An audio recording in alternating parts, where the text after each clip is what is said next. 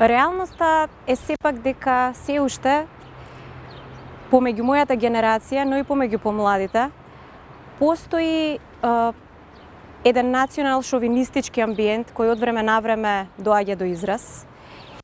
И не гледам зошто токму тие разлики во однос на етничката или верската и национална припадност и мноштвото на култури кои вираат во нашето општество треба да бидат проклетство кога може на нив да се гледа како на екзотика. Една потреба, еден порив да се истражува во нов, неоткриен свет кој само ќе придонесе за живописноста на животот кој тука го делиме сите меѓусебно. Токму музиката, например, или филозофијата и на крајот и спортот е еден најдобар пример и најсилното оружје во борбата за почитување на тие различности, затоа што токму, например, во музичките дела или делата на филозофијата се содржани сите мудрости на светот каде што не постои воопшто простор за правење на никакви граници, а не особено граници кои се темелат на верата или на етничката припадност на една индивид.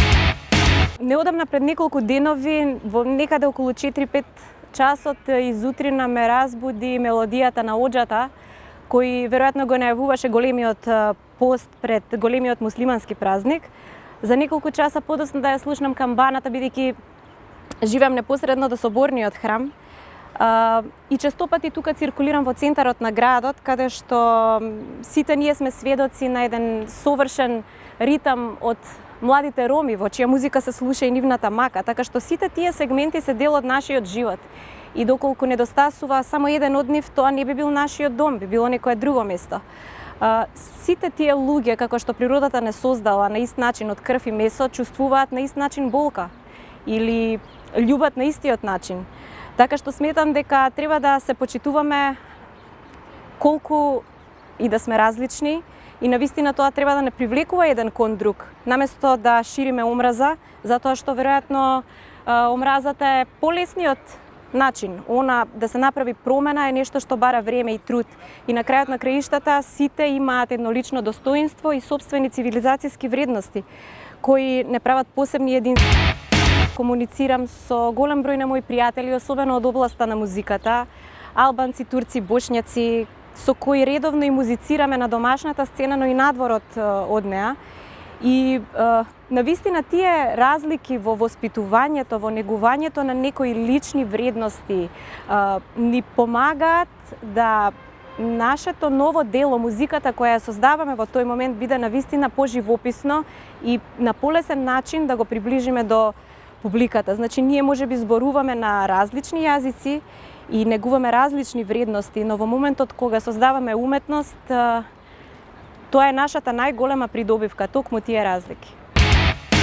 Пораките кои ќе се испратат особено до помладите генерации, веројатно еднаш за секогаш ќе ги отворат очите и на повозрасните дека ова општество заслужува вистински вредности, конечно да пркнеме надвор од тие ровови и конечно да се упатиме кон Европа, затоа што сметам дека да се направи разлика и да се почитуваат различностите е единствениот модус овие нови деца, овие млади генерации да создадат едно поквалитетно општество со кое ќе се гордеат и нивните родители, но и нивните деца.